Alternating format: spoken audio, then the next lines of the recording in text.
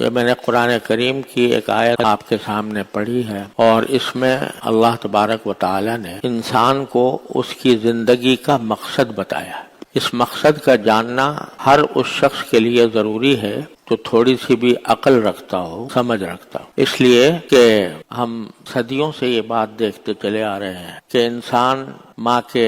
پیٹ سے پیدا ہوتا ہے، بچپن کی زندگی گزارتا ہے، جوان ہوتا ہے، بعض اوقات بوڑھا ہو جاتا ہے، لیکن آخر کار اس کو اس دنیا سے جانا ہو۔ اس میں کسی کا اختلاف نہیں، یہاں تک کہ جو لوگ معاذ اللہ خدا کے وجود سے بھی انکار کرتے ہیں، وہ بھی موت سے انکار نہیں کر سکتے۔ پیدائش ہوتی ہے، پیدائش ہونے کے بعد انسان بعض اوقات تو بچپن ہی میں چل بستا ہے، اور بعض اوقات بڑا ہوتا ہے، بڑے ہو کر دنیا سے چلا جاتا ہے۔ اس حقیقت پر اگر غور کیا جائے تو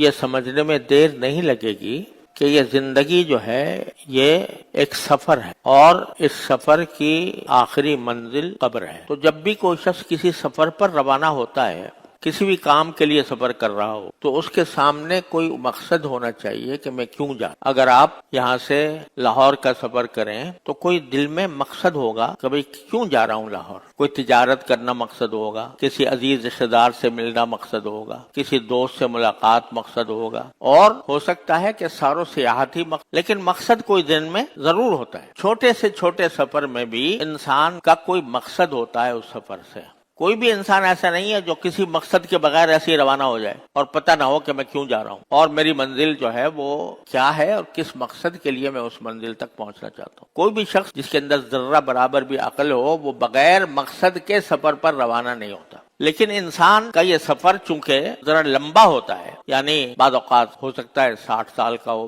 65 کا ہو، 70 کا ہو، 80 کا ہو، تو وہ آدمی ساری زندگی گزارتا رہتا ہے اور یہ ذہن میں نہیں ہوتا کہ میں کیوں زندہ ہوں اور میں کیوں دن رات گزار رہا ہوں، جبکہ آخر مجھے جانا ہے یہاں سے۔ تو کوئی آدمی، اکثر و بیشتر ہم لوگ جب پیدا ہونے کے بعد یہاں کی رنگینیاں دیکھتے ہیں، یہاں کے ضروریات دیکھتے ہیں، یہاں کے مزے دیکھتے ہیں، تو یہ بھول جاتے ہیں کہ ہم کیوں پیدا ہوئے، اور یہ سفر ہمارا یقیناً ختم ہونے والا ہے کسی نہ کسی وقت۔ تو یہاں آنے کا مقصد کیا تھا؟ اب اس آنے کا مقصد ایک صورت تو یہ ہے کہ آپ خود طے کر لیں کہ بھئی تم خود طے کر لو کہ اس زندگی کا مقصد کیا ہے، لیکن خود اس لیے طے نہیں کر سکتے کہ تم اپنے اختیار سے تو نہیں آئے تھے۔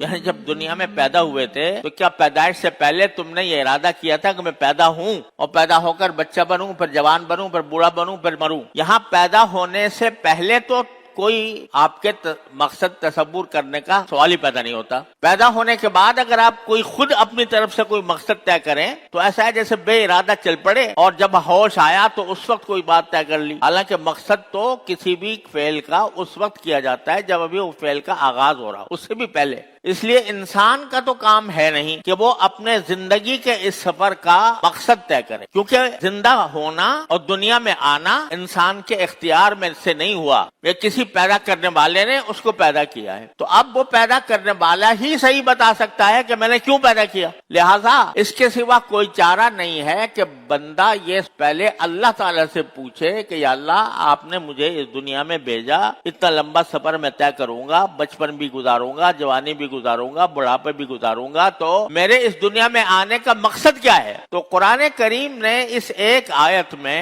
وہ مقصد بتا دیا۔ اللہ تبارک و تعالی جس کے بارے میں ہر مذہب کا انسان یہ مانتا ہے کہ پیدا کرنے والا وہ ہے، چاہے وہ مسلمان ہو، عیسائی ہو، یہودی ہو، ہندو ہو، اس سے کوئی انکار نہیں کر سکتا کہ انسان کو پیدا کرنے والا اللہ ہے۔ تو اللہ تبارک و تعالی بندے کو بتا رہے ہیں کہ میں نے تم کو کیوں پیدا، دنیا میں کیوں بھیجا۔ وہ اس آیت کریمہ میں اللہ تعالی نے بتایا، اس کا ترجمہ یہ ہے کہ میں نے انسانوں کو اور جنات کو، کیونکہ جنات بھی اللہ تعالی کی پیدا کیے ہوئے ہیں، ان کا الگ جہان ہے، تو جنات کو اور انسانوں کو میں نے صرف ایک کام کے لیے پیدا کیا، ان کی زندگی کا مقصد صرف ایک ہے، اور وہ کیا ہے کہ وہ میری عبادت کریں۔ وَمَا خَلَقْتُ الْجِنَّ وَالْإِنسَ إِلَّا لِيَعْبُدُونَ، میں نے جنات اور انسانوں کو نہیں پیدا کیا مگر اس کام کے لیے کہ وہ میری عبادت کریں۔ اس کے لیے پیدا کیا. اور آگے اللہ تعالیٰ نے یہ بھی فرما دیا ما اريد منهم من رزق وما اريد ان يطعمون. میں نے ان کو اس لیے تو نہیں پیدا کیا کہ میرے